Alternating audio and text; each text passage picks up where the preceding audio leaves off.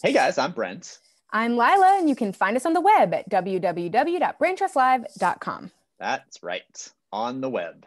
On the web. What a week, you guys. Braintrustlive.com. I mean, hello. This week really did have it all. I mean, obviously, there was an impeachment trial, but I have to say that, look, in all seriousness, because the Capitol riot and insurrection was a very serious matter, this impeachment trial had the level of comedy that I was hoping that it would have, but kind of didn't actually think that it would because, but I mean, it really came in hot. I made a presumption that the Trump administration would try, as they did in the last impeachment trial, to bring just like a minor amount of seriousness to their defense. They decided to go the full other direction. They were just like, let's get in there, say a bunch of completely batshit insane crap. We'll bring in some hilariously edited videos. We will cause the Senate to burst into laughter multiple times because that's what we've been left with. And cause me at home to burst into laughter way more times than the actual Senate did. Numerous times.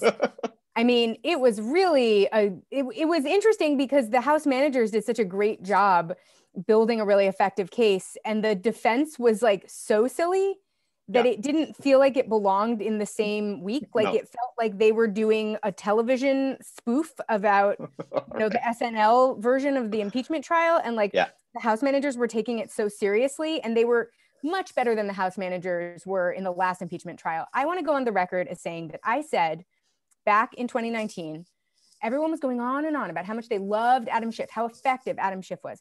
Adam Schiff is no Jamie Raskin. And I think now that we have seen with our own eyes what a great performance can look like in an impeachment trial, I feel like we can stop pretending that Adam Schiff is some sort of God among men.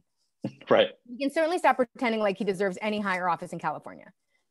We can just for sure carry on with our lives, assuming that Adam Schiff is where he belongs and also not where he belongs, because where he belongs is in a different district than my district.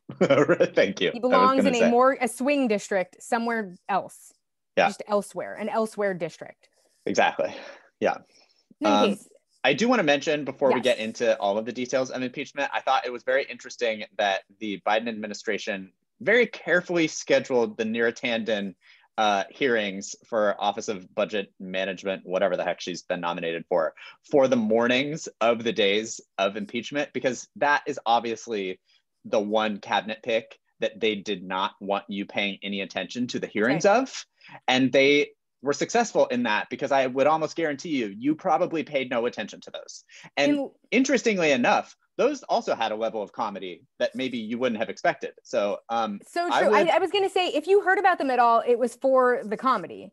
And it was for the comedy of watching the GOP just grill her about why she was so mean to Bernie Sanders.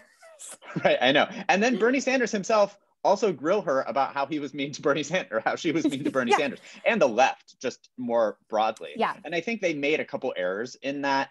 Although they got around to it eventually, and she kind of said that she wasn't going to be, making sure there was no corporate money going to be coming in or whatever the hell, because I feel like they spent a lot of time reading her mean tweets, which felt small after we've spent an entire administration of mean tweets, but also it sort of ignored the fact that besides her persona on Twitter, she's a garbage candidate for this particular job, and I feel like that's where they should have spent the time. The time should have been spent confirming for Americans the thing that we know about her that is problematic beyond her Twitter persona, which is that she is owned by corporations. Right, exactly. She's not a person who speaks for her ideas. She speaks for money. So that's not. But also find a clip of whatever Republican senator, I think it was Senator Kennedy, I think it was Kennedy, say to her, "You did everything but call Bernie Sanders a stupid slut," or something like that. I can't remember. So there's moments from this hearing that are worth a revisit if you happen to miss them this week while you were watching the impeachment trial. I also love that a lot of the Republicans have correctly identified something that the Democrats seem unable to correctly identify, which is that Bernie Sanders is really the most beloved person in the Senate by all of America. Right. It is for them an effective talking point, factually speaking, in that he is the most popular senator in America. But and I think probably one of the most popular politicians in America, just full stop. Yeah, probably. But And for years he was at the top of that list. I just haven't seen a recent stat like that, but he was like known to have had the highest approval rating of any politician in America.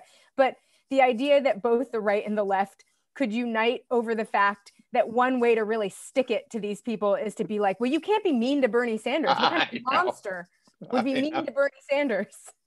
Right. Like that, I just even though the Republicans were like, we'll know how we'll get her. That's right. We will show them exactly what all of America knows, which is that you cannot be insulting Bernie Sanders out on the internet like that. Yeah. Meanwhile, she's going to get confirmed and Bernie Sanders is going to vote for her, which is disappointing. But right, here we are. That's the world in which we live. So it's the Biden world. We're in Biden world, and that's the kind of situation that we end up in Biden world. Yeah. It kind of came back. I feel like there was a moment in the impeachment trial kind of like that, where during the Senate questioning, the defense attorney, Vanderbeek, was, getting questions from Democratic senators. And Bernie asked one, and he said, "Who asked this?" And then Bernie was like, "I did." And then the whole Senate was like, "No." As that, everyone in America was like, you can't be like pointing your finger and trying to shout down Bernie Sanders. Like, what kind of insane person thinks to do that? Yeah. In any case, it reminded me of the Nero-Tandon hearings, and I thought, oh, callbacks to earlier in the week. In any case, impeachment 2. You guys, fastest impeachment trial in history for what was also the most serious impeachment charge in history. Yep. So really lose on everyone's account. The House impeachment team did a great job. I have a lot of blame to go around for a lot of people about how this could have been better done, but they are not the people that I blame. No, they are not. They did a really great job. They wove the story so expertly. I mean, in a way, and I will say, you were talking about how they did a much better job than Adam Schiff. And while I wholeheartedly agree with you, and also desperately want Adam Schiff not to be my congressperson, just separately from how he did during the first impeachment trial, I will say this one's an easier sell. For sure. But they still did a really good job. And the way they told the story, I mean, there was one moment during one of the days, and we're going to take you through each day, but like just specifically where they were like tracking what was going on and showing video. And then they had the other like schematic of the Capitol showing where they were and how close they were getting. And then also what Trump was tweeting at the same time. And like the whole, they really just, it was well done. It was well made for television. Yeah. It was, it was A+ work. Eric Swalwell, who I hate almost as much as Adam Schiff for separate reasons having to do with his dumb hair, also had me riveted. And I just thought, I never saw this coming. One thing I hate about Eric Swalwell is that I find him to be like one of the least interesting people to hear speak about any one single topic at all. He's one of those people that a little bit like Pete Buttigieg gives millennials a bad name because it makes it seem like we're all like Kennedy era hair wearing idiots. And so normally I find him just like completely impossible to listen to. Yeah. And there was like a moment in there where he was helping, break down the timeline of what happened. And there was like video we'd never seen before of the security cameras, like of what was going on. And I was just like riveted. And I thought I never would have guessed Eric Swalwell had this capability. No, I know. And there was like a lot of them, like there were a few younger members of that because Joe Neguse was also really good. And he was funny too, because in the beginning I was like, oh, these young upstarts. Like all the young people would come on and I'd be like, because I hate Eric Swalwell so much, I was just like, I can't with any of these people. But he, I think, gave some of the best closing statements of anyone. Really, like the first really like emotional pitch in the closing, in the closing statements. And he really effectively sort of like wove a story out of his arc, out of his appearance arc in a way that he was great. Yeah. Like a star turn for him, and deservedly so. I will never, I may disagree with him at some point, but I will never from this day forward tell you that he's anything other than he was. It was a slow growth for me because initially I find this problem with a lot of young male politicians where I feel like they have this Buttigieg like quality of being a guy I remember from high school who mansplained everything to me. And he had a little bit of that quality early on because he was explaining constitutional law. And because when someone my own age is explaining something on TV, I just usually get annoyed at them. And And also because he reminds me of peers of mine who have done this to me in areas where I'm actually the expert. I just like immediately was like, ugh. But he grew on me over the course of the week. And then I decided that he was great at the end. And so he had a real arc for me in a way that I didn't expect. Sure.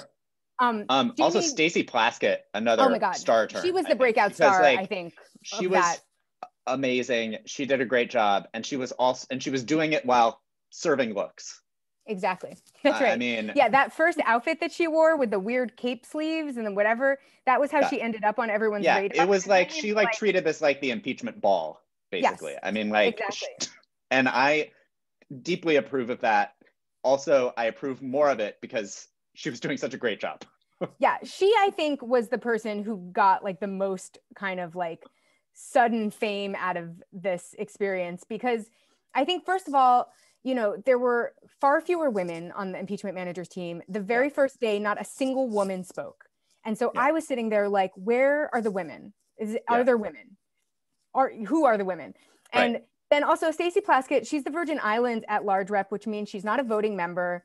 She's not somebody who normally you like see out on TV saying anything. And so she was really somebody who kind of came out of nowhere. Yeah. But she's also a New Yorker. So obviously I suspected, as soon as I learned that, I was like, well, she's going to be great.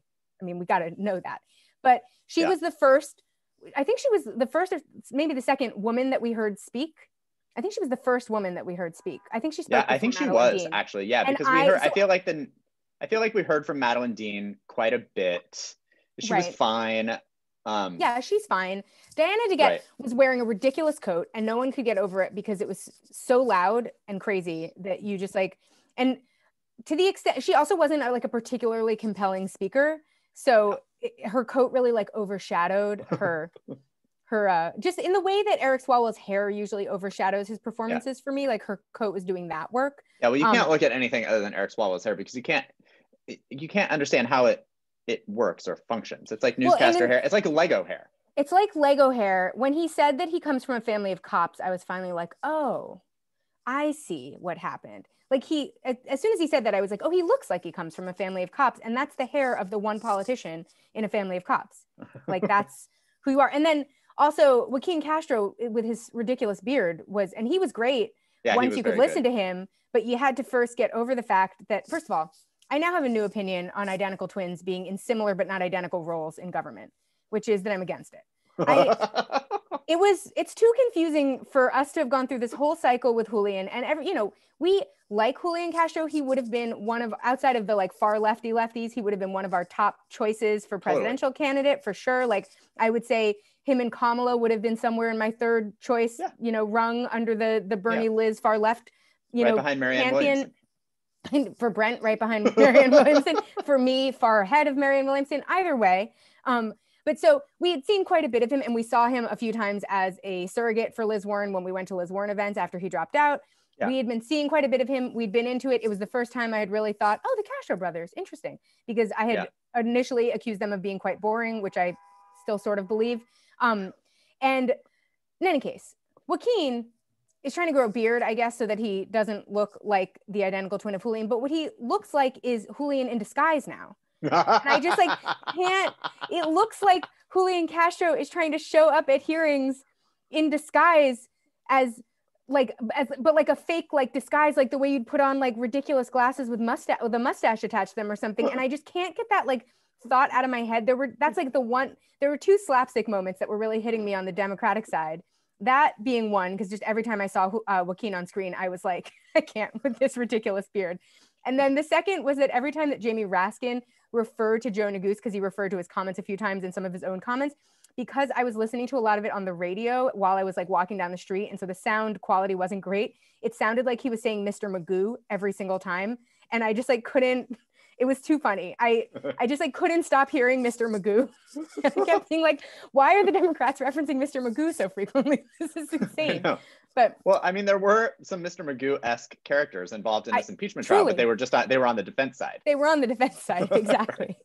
But yeah, overall, the Democratic defense, whether or not they had dumb beards, was really spectacular. Jamie Raskin was, his comments on the very first day, I think, were the main thing to go viral from that day because they were so well done. And he makes on you the cry Democratic in the side. middle. On the Democrat side, right? He makes you cry in the middle. He makes you laugh. He makes you feel good. He makes you feel nervous. I mean, you run the whole gamut with him. Yeah. But the proceedings on day one, on Tuesday, were just about whether it was constitutional to proceed with this vote at all after Mitch McConnell blocked them from taking this up during the last session and then decided it wouldn't be constitutional for them to take it up in the second session. This was the day that not a single woman spoke.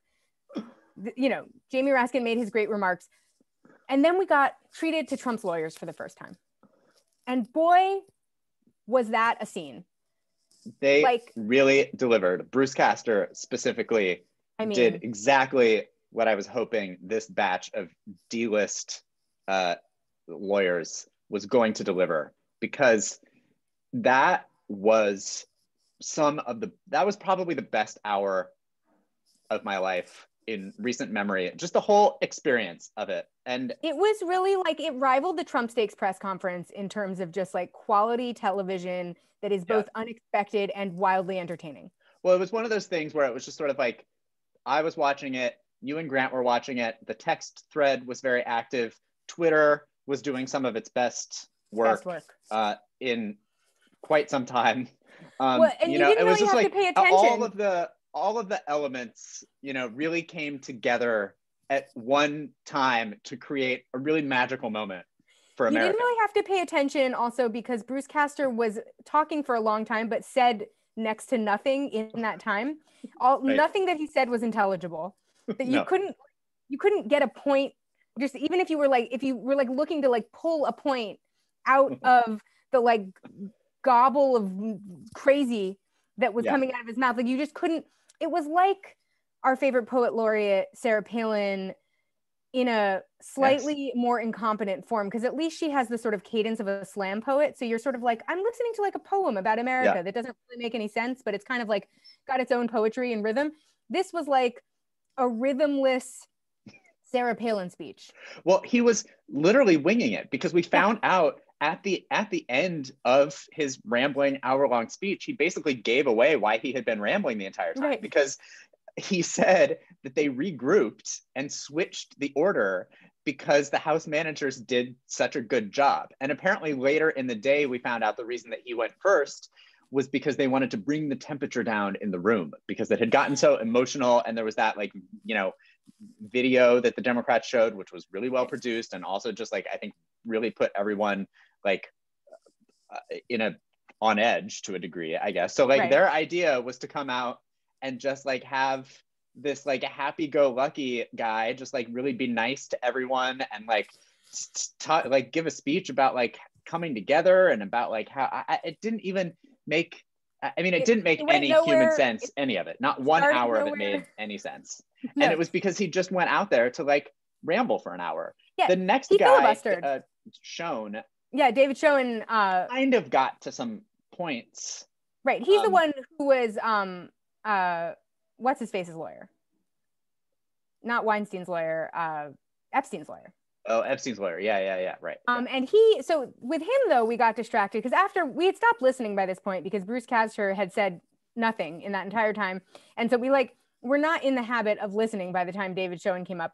And then he was drinking his water really weird. And there are issues with water on the Republican side already. Republican water drinking. It's a real epidemic. And apparently we learned later that he was doing that because he's a modern Orthodox Jew.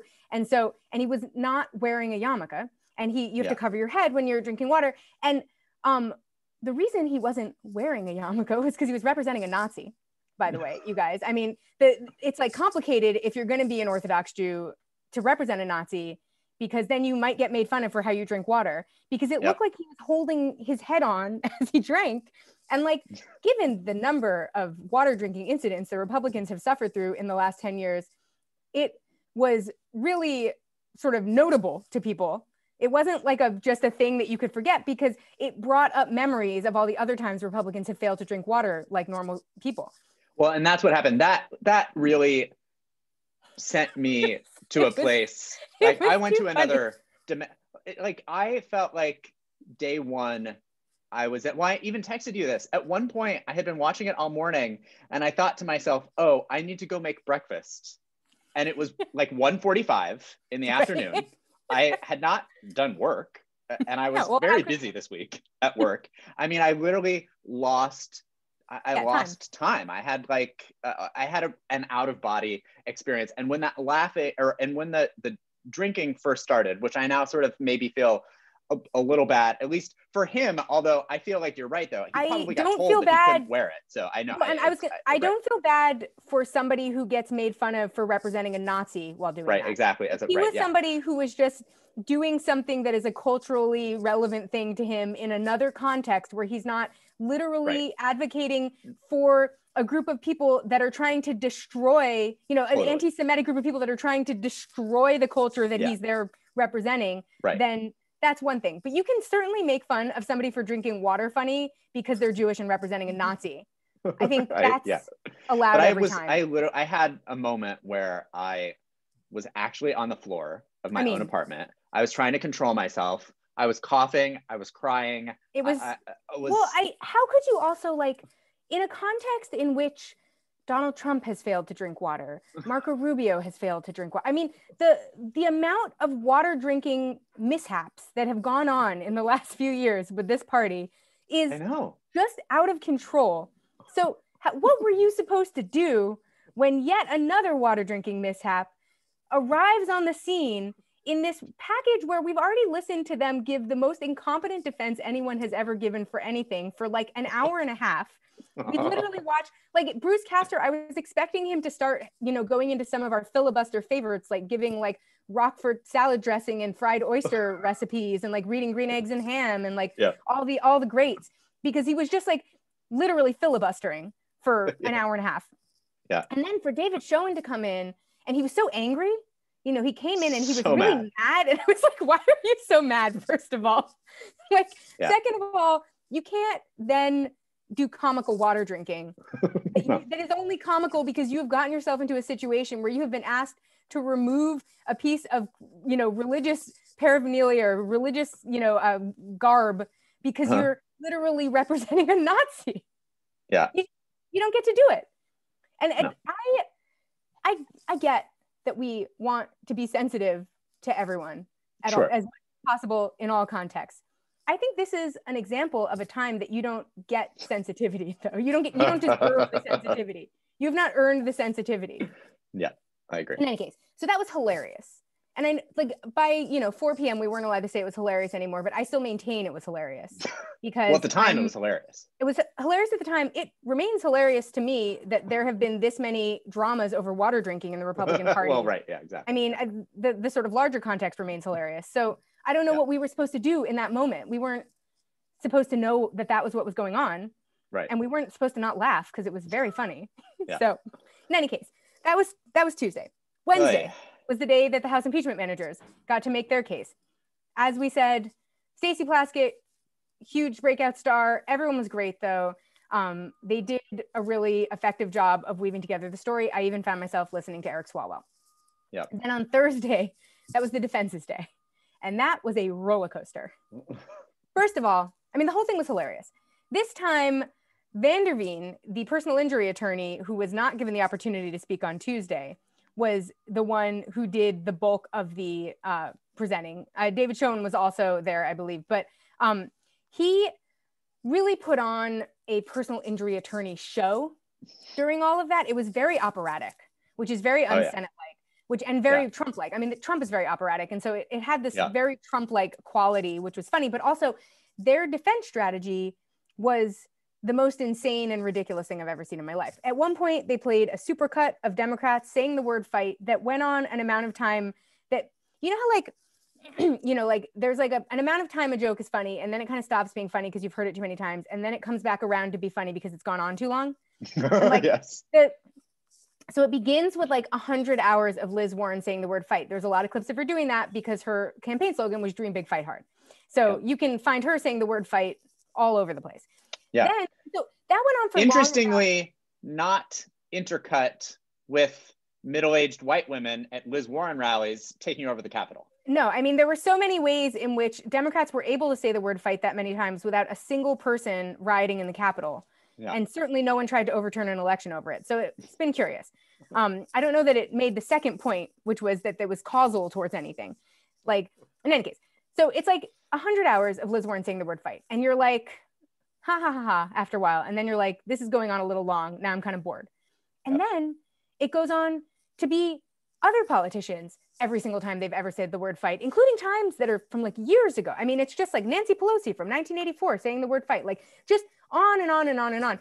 And so about 5 to 100 hours later, it started to be so funny that I couldn't control myself anymore. And I was literally laughing on the floor of my house alone. I was just alone in my house, cackling on the floor because, and I was not alone in doing that because the Senate itself started laughing during it because it got so ridiculous.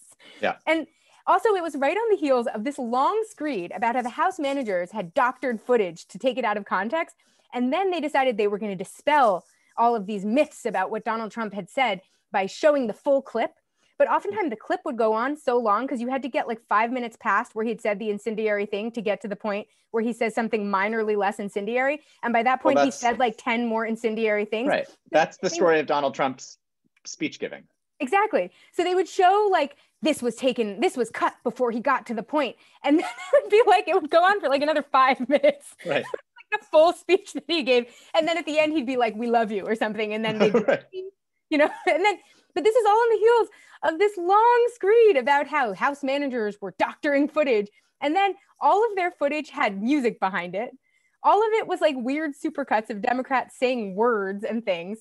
So very dramatic, very operatic, very ineffective, wildly incompetent. And it was like obvious to any person with eyes. Yeah. So that was exciting. Then on Friday was the Senate questioning. That was, as I said, there was a great moment where they said, who said this to Bernie Sanders? Yeah. And he, I did. And everyone was like, no. And there were insane questions too. Like, oh my God. Well, one of them was whether Donald Trump had been the most pro-Israel president in history. Pro-Israel, that's the one I was. Yeah. From the Republican side, of course. Yeah. And so that was hilarious. Also, I mean, there were so many hilarious moments in that, including Van der Veen claiming that Antifa was who stormed the Capitol. There was the saying that the impeachment managers had not shown a single example of Donald Trump urging anyone to engage in violence of any kind, which is refuted by every single clip of Donald Trump that exists in the world. They claimed that, you know, that Kamala Harris had refused to condemn acts of violence during the BLM protests. I mean, which is ridiculous.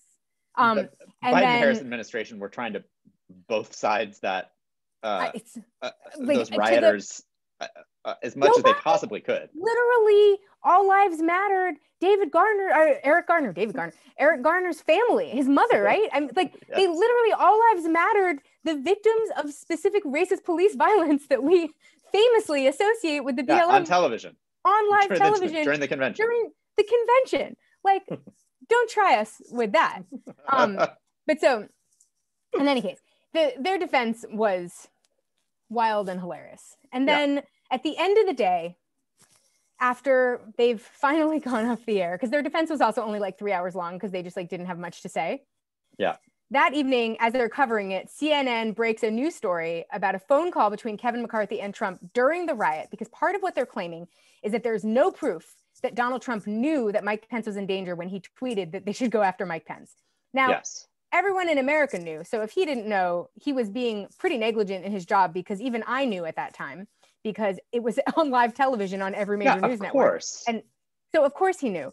He was watching. They were exactly. His defense was treating it like a criminal trial where you have to prove everything beyond a shadow of a doubt, but you don't have to do that in an impeachment hearing. Right. And also, anyone who has even like a lick of just like, not even common sense, but any form of sense would know that if regular people like me and Brent knew that the vice president was in danger at the time that Donald Trump tweeted that, then he, a person with access to not just cable news like us, but also special high-level briefings, probably knew that as well.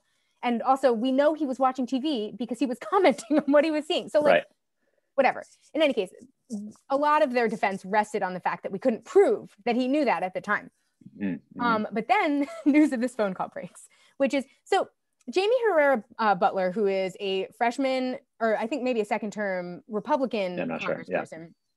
She's new-ish. I don't know if this is her first or second term, who was one of the few Republicans who voted for the impeachment in the House, broke a story to CNN, leaked a call that Kevin McCarthy and Trump had that Kevin McCarthy was pissed about, so he told everyone about, during which he, A, told Trump that the vice president had been removed, and B, was mocked by Trump for not caring about the cause as much as the protesters. He literally said, he called Trump to say, will you, quote, publicly and forcefully call off the riot?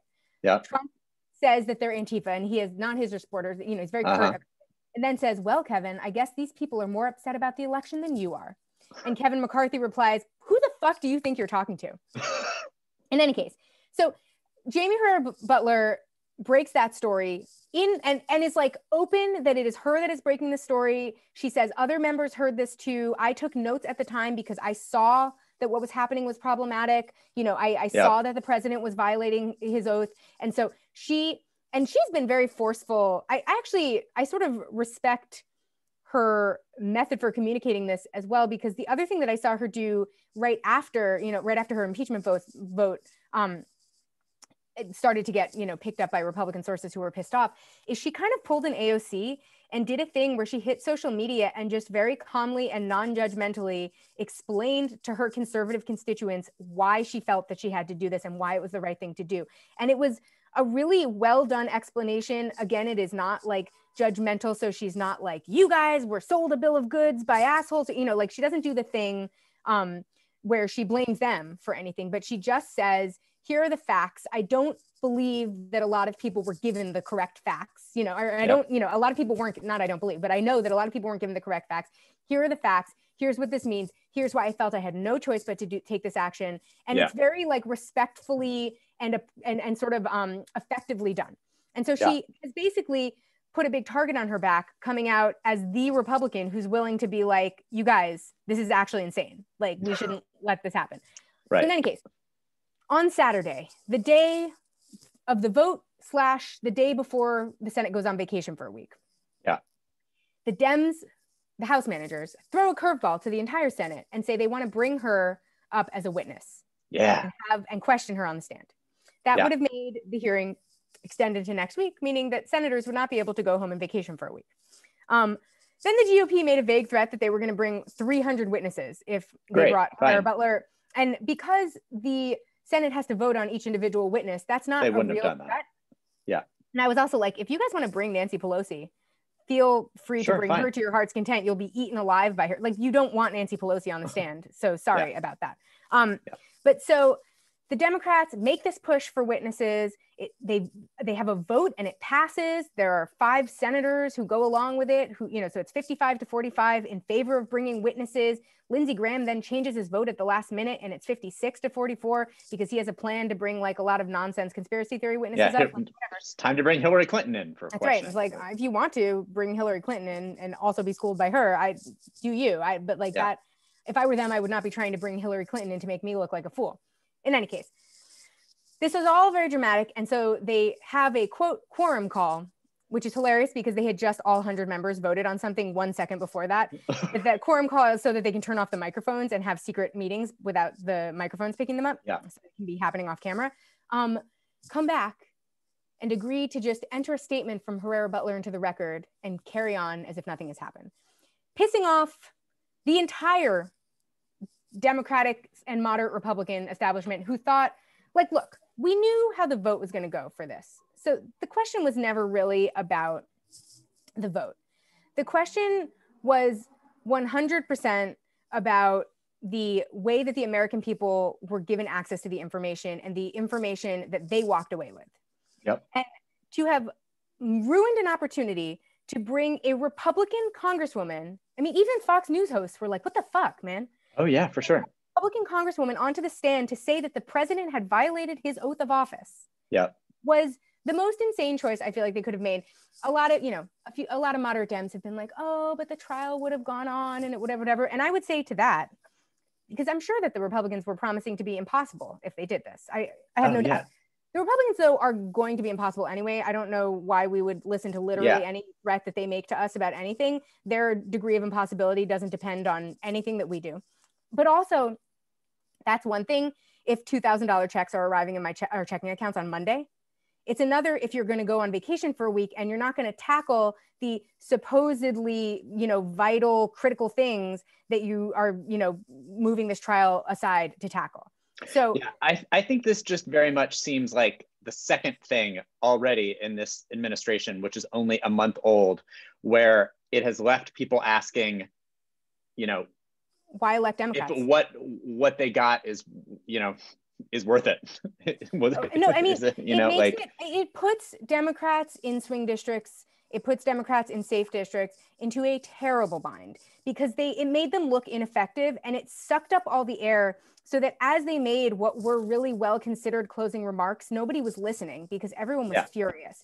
And so they wasted a huge opportunity with their voters to not only educate their voters about why this was so critically important that they pursue this impeachment, because it made it seem like after all that bluster that it wasn't that big a deal anyway, so we should just get it over with. And we don't actually need it. We don't actually need witnesses. It's fine. Like, we're just going to go home. So and by the way, just in case you're wondering if people were persuadable, maybe they wouldn't have gotten 10 more votes. I'm not suggesting that this was necessarily going to go that way. They got 2 more. But people were persuadable because they did gain 2 votes. The evidence was that damning. So to put that before the American people, remember, the question was not really what do individual senators feel about this? The question is, what do the American people feel is right to do here? Because the American people are the ones who are being represented by these senators. The American people are who can call these senators and say, I'm your constituent and you're a fucking asshole if you don't vote to convict this guy. That the whole thing had been staged for television, and then at the last minute they punted. Right. And that, I think, was an example of their inferiority as message deliverers, as it basically made them look like they had lost the impeachment hearing. Totally. But not just message deliverers, but I think what is more troubling to me is that it proved they're worse message givers and they're worse power havers. Yes. And that is what I think is like the most concerning to me, because I feel like you don't actually have power if you have not acknowledged and accepted that you are going to use it in any way. Exactly. I mean, they have all the leverage here. Right. They have all the leverage here. They also have it on the stimulus, which we've been, ragging on them about, and now they're going home for a week. They have now, in the 2 biggest things that have been in front of their faces since January 20th, they have refused to use the power that they were given by the American people. So that's a problem, because how are we going to ever get anything that Biden promised or that we were promised in some of these Senate races? We're refusing to use the power that we were given. So we may as well not have it. Mitch McConnell may as well. We don't have it if we're refusing to use it. There's no reason, there's no argument for electing Democrats if they can't deliver on anything. Correct. And I would say, if you're so concerned that no stimulus package has been passed in this time, vote on that fucker before you start the impeachment trial then. They had an opportunity to bring this to a vote first if they had just decided we're going to fucking go in, we're going to pass it with reconciliation. We are not going to care what the Republicans think because they are not negotiating in good faith, which they are not. They promised that they could walk and chew gum at the same time, and they can't. Right. And now they're claiming that that it was better that they just ended the impeachment hearing here because they have to get other stuff done. But the other stuff could have first of all, they could have voted on it in between. I'm pretty sure, since they were able to vote on honoring Eugene Goodman in between all of the hearing stuff, since they were able to hold a hearing for Neera Tanden in the mornings, since they were able to do some other stuff while they were holding this hearing, I'm pretty sure they could have managed to hold a vote for something else if they had needed to. But also, they shouldn't have needed to, because we should already have that stimulus money. That stimulus package should already be done. And they're giving themselves till March, which is 1 month away, to make that happen, as if we need all this time to juggle plates or whatever. Couldn't call witnesses in this impeachment trial because they needed to go on vacation for a week. Exactly. Because if you don't have time to deal with one single witness, which would have taken less than a week, then because you have to go on vacation for a week, then in the middle of what is both a crisis, nationally, in the aftermath of a major political crisis. I mean, in a time of multi-crisisness, if you feel that you need to wrap things up because you won't have time to deal with them because your vacation is waiting, then like that is not an example of you working for the American people in the job that we have asked you to do. It is also, sometimes your vacation gets fucked up by your bosses needing something from you. I think both Brent and I and all people happened all too many times to me. To the fact that sometimes bosses fuck up your vacation. This is a time that your bosses, the American people, like needed something from you. And that sometimes fucks up your vacation. And that is too bad. Yeah. With great power comes great responsibility. Need I remind them? But in any case, that was the biggest fuck up, I feel like.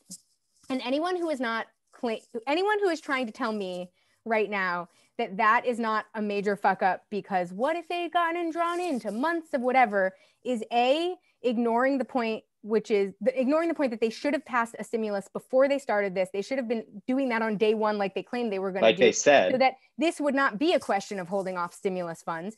B, who are they negotiating with on the Senate side for the stimulus? Like what negotiation is happening that can't happen during the impeachment hearing? The Senate doesn't do any work. The House has all the time in the world to do the work that they need to do while the Senate is up to shenanigans. The Senate doesn't actually do any work, so I don't need anyone to tell me that they were too busy for any of this. No. And I think sometimes you have to take a short-term political loss to win a messaging war. The Republicans are willing to do that over and over and over again. They take short-term losses every single day. They look like complete assholes every single day, and they win the messaging war every time. The Democrats might have looked like they were being opportunistic by continuing to draw out this story. But the thing is, there were facts about this story that the American people deserved to hear, that they did not get to hear because the Republicans convinced them somehow that they would be annoying afterwards. Well, the other thing, be annoying anyway, you guys. Sorry about it. It's not going to change their annoyingness.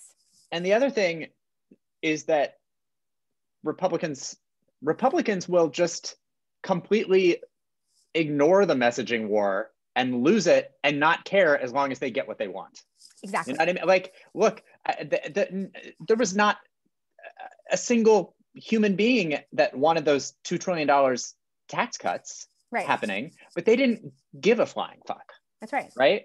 And that is what I think that, like, and even here, you know, you and I were talking before the podcast about Mitch McConnell, where he, you know, gave that speech from the floor and everyone immediately was just sort of like, no, this level of hypocrisy is insane, because he was like, oh, it's unconstitutional that we're having this trial after he left, but I'm specifically the one responsible for having this trial after he left. Like, as insane and hypocritical as that is, like, he was able to get what he wanted, and he was able to get probably what the Republican Party broadly wanted, even though that may be a insane thing for them to want, because, like, why would they still want to have their lot passed with Donald Trump? Judging what they want, because what they want doesn't make sense on many levels. Right. And I just want our version of that. You know what I mean? Want them to feel like Democrats are fighting that hard for their vision. Yes. Like, the Republicans fight really hard for their vision. Mitch McConnell embarrasses himself on TV every single day being the most evil, insane person, illogical person, hypocritical person that you've ever seen. And he always gets what he wants. And listen, we are actually trying to get programs that benefit the American people. That people will want. So, and the thing, we only ever use these tactics for our secret aims to help our donors. We never use these tactics to help the American people.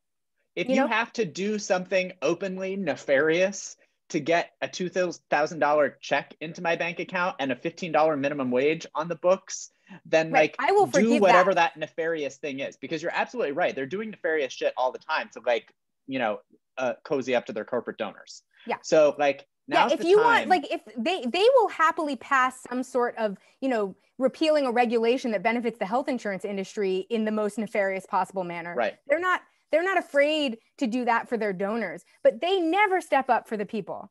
And I don't know how Democrats are supposed to run in 2022 saying, you elected us, we made promises to you, we couldn't deliver on them for reasons no one can identify because they were right in front of us and we had majorities in every house. And no voter wants to hear, oh, but Mitch McConnell was being difficult when he didn't have the fucking majority. And then, you know, but vote for us again because we're not as evil as the other people. The one thing that Donald Trump really excelled at with his voters was looking like he was being effective. And this man was not doing shit. He did not do anything all day long. He was a person who was literally playing golf and watching cable news for 100% of every day. He played a full year's worth of golf while he was the president. But did they get the tax cuts they wanted? Yes. Did they get $600 into people's hands, you know, at the very last minute, and $1,200 before that, and then take full credit for it, even though he had nothing to do with it? Yes. Like, is the $2,000 conversation dead because he is no longer the president? Yes. Like, these are all ways in which they're messaging direct, like the kind of messaging that resonates with regular people gets punted by the Democrats every time. And the Republicans, who aren't even doing anything, the Senate is a place where legislation goes to die. Mitch McConnell doesn't even bring stuff up for a vote on the floor when he's the majority leader. So they literally do nothing. Like, I remember when I went to go watch the VCF vote, they looked so excited. And I was like, why do they all look so thrilled to do this? And the person next to me was like, well, they don't normally do anything here. Right. They were actually passing something meaningful. They were like getting to pass meaningful legislation. Like Ted Cruz looked excited to be there. He walked in and gave us a huge thumbs up. Like, that was like the idea that like Ted Cruz and like also Liz Warren gave us thumbs up in that context was mind blowing. But they were just both excited to have literally anything to do. Yeah. Like the idea that we punt instead of taking those opportunities to like fight for things that, you know, actually resonate with voters, and then wonder why we lose winnable elections all the time, is mind-blowing. Yeah, it's crazy. And I think this, more than really anything, convinced me, because this is also not something I saw as the fault of the impeachment managers. I think they did a fantastic job. Wasn't. This was the Senate Democrats. Yeah, it was the Senate Democrats. If this is the Senate Democrats, then we need new leadership in there. Yeah, they once again negotiated with themselves down from something that... Exactly. Yeah. So in any case, Mitch McConnell, Chuck Schumer got up and made a statement that no one listened to because he's not very good at delivering speeches. Mitch McConnell got up and delivered a statement that everyone noticed because it was so hypocritical that it was mind-boggling. He literally got up and basically agreed with all of the charges and said that Trump's behavior had been unacceptable, and basically admitted that he had instigated a riot, and then said that the reason he had voted to acquit was because the trial that he himself had pushed was unconstitutional because Donald Trump was no longer the president. Nancy Pelosi then got up and like tore into him, rightfully. Literally, she said, it's so pathetic that Senator McConnell kept the Senate shut down so the Senate could not receive the articles of impeachment, and used that as his excuse for not voting to convict Donald Trump. She's been tweeting about it all day too. She's like not having this. But they should literally never let him forget this. We should literally never let him forget this. And also, do not take any word that this man says as anything more than silliness ever again. Oh, yeah. Do not, if he threatens you, threaten him back. If he tells you that he's not going to do something, tell him he is. Like, don't let his words mean anything, because they don't, obviously. Trump's response to all of this was that he promises more to come. So, you know, probably going to have more coup attempts or whatever. It's okay to foment a coup now, so you can do that. Another thing that the left won't try is our own coup. And I hate us for that. I feel like if coups are allowed and anyone can start a coup, I don't see why we wouldn't get into the coup business also. We can't just let right-wing radicals be the only people who are doing coups. No, I know. Especially you can do left-wing tradition. Right, I know. You can also, and apparently you can do literally anything that you want in the last 3 weeks of your presidency too. So I hope Joe Biden is filing this away for, you know, the great disappointment of Joe Biden is that he's not. He's not filing this away at all. He is not going to help us with our own coup in the last 3 weeks of his presidency. No. And that's so disappointing, because, you know, the French would do it. Every week, the French try a coup. The French left doesn't give a fuck about all of these niceties. They're willing to have a riot any day. And I know sometimes you don't even know why they're having a riot. Sometimes it's not an issue-based riot. It's just everyone's just mad for reasons. They just show up and riot. Like, I feel like we're given a taste of the most extreme version of that. And now we're all just going to act like we all should get along. And the right is going to continue fomenting fucking revolutions. Right. And then we're going to wonder why we don't get any voters anymore. Yeah. It's like people are going to be more excited about meaningless, baseless revolutions than they are about voting for people who can't deliver on direct promises they made to you. Right. Oh, in any case, some final notes. Mike Lee was being a shit for this entire thing. Totally. He's such an ass. I can't even with him. And then also all of the Trumpers, like the Ted Cruzes and Josh Hawleys of the world, were like openly meeting with the defense in their spare time, including on the Senate floor, on the floor of the trial. They're just, and then they had the audacity to claim that they were not conducting it in a professional manner on the House manager side, where they were literally meeting with the jury in open view of everyone, having private conversations. Yeah. In any case. I mean, go figure. What a bunch of goons. Also, if you did not see the clip of Vanderveer saying the word Philadelphia wrong, then Philadelphia, a place that he lives and works, then please go ahead and do that, because that is one of the times the Senate just broke into uproarious laughter, but also it's probably one of the funniest moments of television of the last week. So, and it's been a big week for television. So meanwhile, so in the end, a sort of startling 7 Republicans broke ranks to vote to convict Trump, which it was the most bipartisan impeachment, both in the House and the Senate, of all time. Yep. Which is wild. Yeah, it was the 5 that you would expect, and then they added Burr and Cassidy. Yeah, who are, I believe, Burr and Toomey also. Oh, and then Toomey and Burr are not running next year. And I think Cassidy, just got reelected, but he's already been censured by the Louisiana Republican Party. Yeah, of course he has. Which is like, surprise. Yeah, they're all trying to censure all of the people now for like, I mean, I don't know.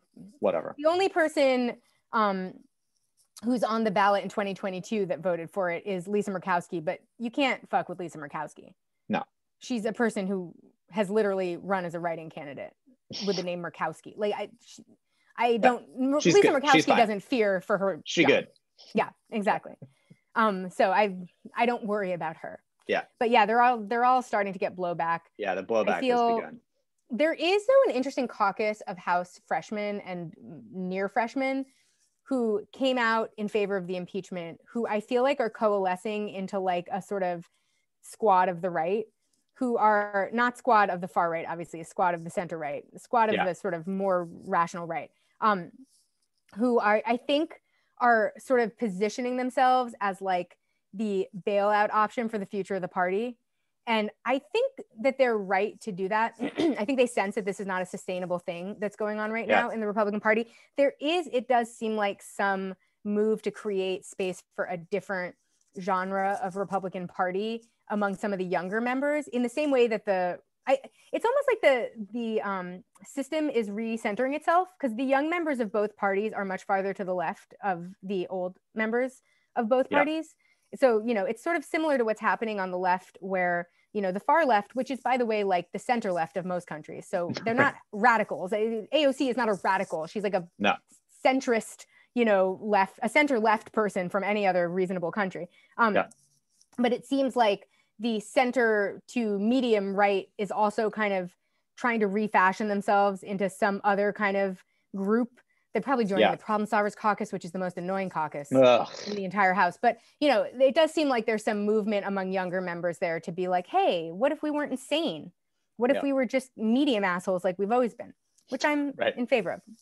Yeah. In any case, we also learned this week, amidst all of this, that Donald Trump, when he had COVID, was way sicker than they let on. Oh my God, which isn't surprising at all, but it was interesting to hear this week, because there were multiple instances where, like, back in October, like, they were reporting that like he had received oxygen like before he went to Walter Reed, or like when he first got there. And then also, like, you'll remember that his physician at Walter Reed was being very coy with the details that he was releasing, and he asked about the oxygen, like got asked about the oxygen a million times, and he kept being like, well, he didn't receive any today, and he didn't receive any earlier this morning, or like he kept like talking and meanwhile, around. He like Mark he Meadows was like accidentally leaking to the press that Trump was like much sicker than he was letting on. Basically, like Meadows was overheard. Oh yeah, right. Saying that in this time, so we knew that his doctor was not being truthful anyway. Right. But just this week, the New York Times reported that apparently there was like a very real discussion about whether he was going to go on a ventilator or not. Yeah, his blood oxygen level dipped into the 80s.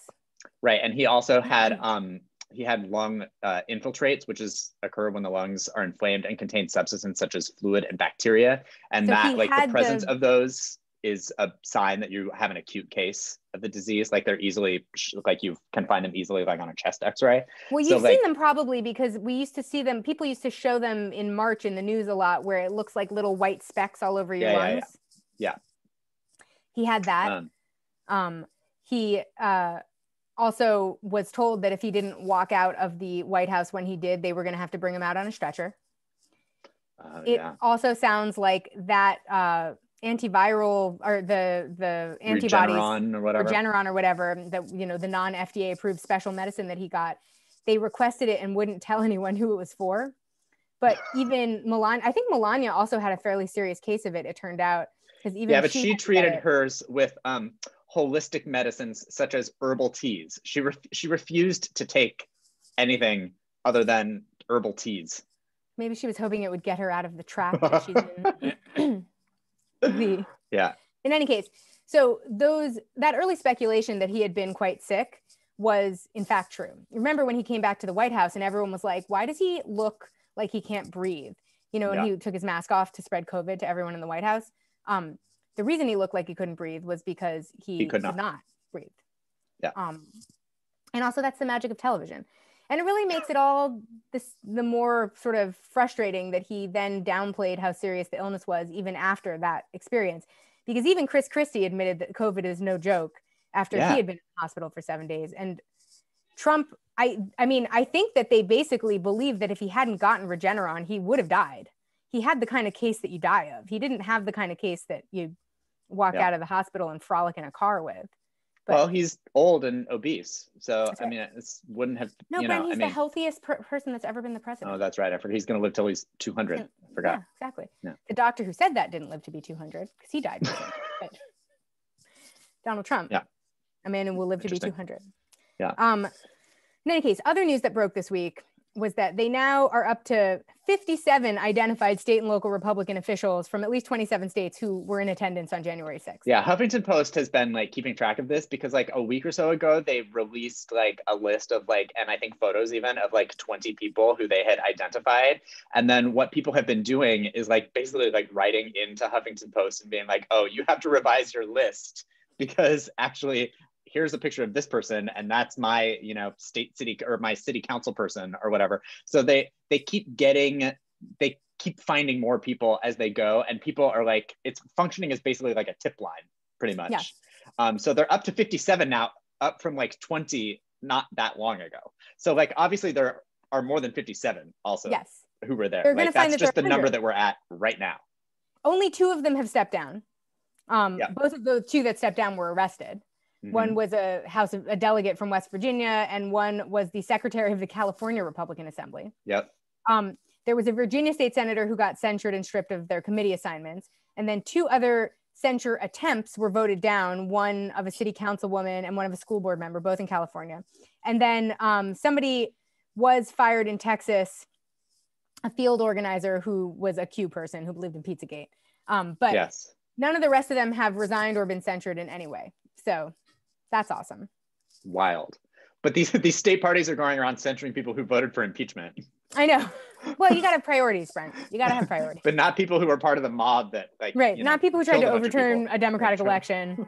Just, boy, some exciting traffic outside my house today. Have you been hearing this? Well, it's been Manhattan. These are active, fun times. Yeah. We also had our first Biden mini drama. Ooh. Yeah, a little mini scandal. There's been drama. Mini scandal. Yeah, right. Mini scandal. A little personnel scandal. Yeah. The deputy press secretary, TJ Ducklo, was suspended on Friday for a week without pay. Although many, including potentially, but then he resigned. I think he did resign. Okay, good. I think so. I believe that he should be more than suspended for a week without pay. No, I'm pretty sure he was. Let me look actually while you. But yeah, I hadn't. There was a Vanity Fair story got published that a reporter from Politico was working on an article about TJ Ducklo's relationship with a reporter from another outlet. Yep. And the person who wrote that Vanity Fair story said that that Ducklo had, I know this is confusing because it's like 3 layers of press reporting on press, but basically, so the person who was working on the article that is in question is Tara Palmieri. Yes. Vanity Fair wrote a story about Tara Palmieri writing a story about TJ Ducklo. And in the Vanity Fair story, they reported that Ducklo had threatened Palmieri, saying he would, quote, destroy her if she published her piece about his relationship with like a political reporter or somebody like that. Yeah. And so the fact that he threatened to destroy her caught people's attention, made them think that that wasn't a nice thing to say, nor a professional thing to say to a reporter who's reporting on anything, including your personal life. And then he got suspended for a week without pay. And then people in the White House started to be like, he should be fired. And then I guess he. Yeah, that's ultimately what happened. They initially just suspended him. And then everybody was like, you know, we should do more. Maybe. Right. So I think he like technically resigned. Right. So as people in the White House always technically resign. Of course. Right. I feel like let them fire you so that you can get some unemployment. Like, I don't know. I guess he probably hasn't been working long enough to get unemployment. So it doesn't matter. What are you going to do? In any case, in final news, multiple usually warmer parts of the country have had like crazy winter weather this week. And there is a real epidemic of people not knowing how to appropriately drive in cold weather. So here are a few tips from those of us that have grown up in cold climates. One, if you have ice on your windshield, which is a frequent problem you might face in the northern part of the country or Canada or somewhere, don't try to get it off by pouring water on it. Nope, that doesn't work. You got to defrost that freezes. that. The thing about water is that it freezes. That's more water to freeze. We've all seen the old fun trick where people throw a pot of boiling water into the air when it's freezing outside and it immediately turns to snow, right? Like this is the thing, you've seen this. Right, we've all seen the thing. Right. So a good idea if you're having an ice storm is to use your defroster and a scraper ultimately. Start your car early. Start your car 10 minutes before you need to go someplace. If you're wondering why on television shows, people will often say they're starting their car and then go back inside and like if you're any show that fetishizes cold weather has this, or like the Gilmore Girls, they're always going to start the car or like whatever. The reason they're doing that is because they're trying to defrost their car. Exactly. Yeah. So that's something to do. Also, if it's super snowy, if there's been a foot or more of snow and your city doesn't own snowplows, you should just stay home. You can't be driving through that. Don't drive. Don't worry. Don't bother. Don't worry about it. If you only have a can of beans in your house, eat the can of beans. I mean, that is why people in cold climates freak out before big snowstorms, is because they know they might be stuck in their homes. You just got to ride it out. So don't get in your car if that's a situation. And also keep a shovel in your car, because if you get into a hole, some kind of snowdrift, you got to shovel yourself out. That requires having some kind of shovel. So if it's snowy out, you want to keep a shovel in there. A bag of sand. A bag of sand is an option. A bag of ice. Salt. Or excuse me, not ice, salt. That's what I was going to say. Rock salt, yes, is helpful. There's a lot of options. There's so many things. Yes. Yeah, but and you'll want to keep a scraper of some sort and a brush in your car as well. Yep. And then the other thing is, if you know an ice storm is coming, put your windshield wipers up. Don't let them freeze to the windshield.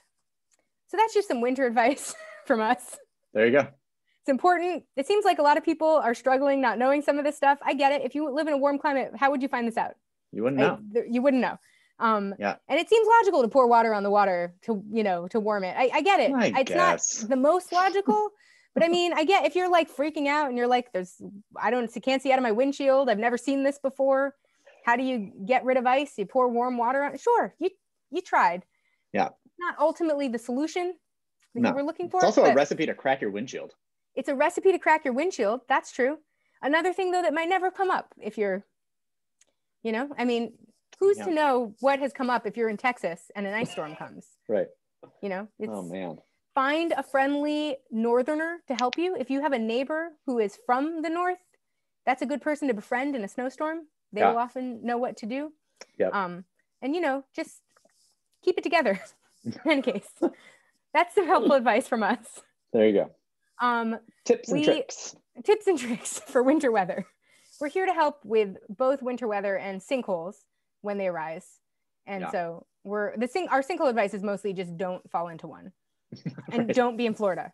That's another good piece of sinkhole advice. It's the main key. One. Yeah. We'll talk to you next week when, I don't know, we have nothing to report on next week because the Senate is going to be on vacation. So if you're expecting your $2,000, first of all, stop. Ain't happening. That's not happening. First off, it's $1,400. It's $1,400. Second of all, it's not going to happen next week. So just, take some time for you too. And we will talk to you then. Bye. Bye.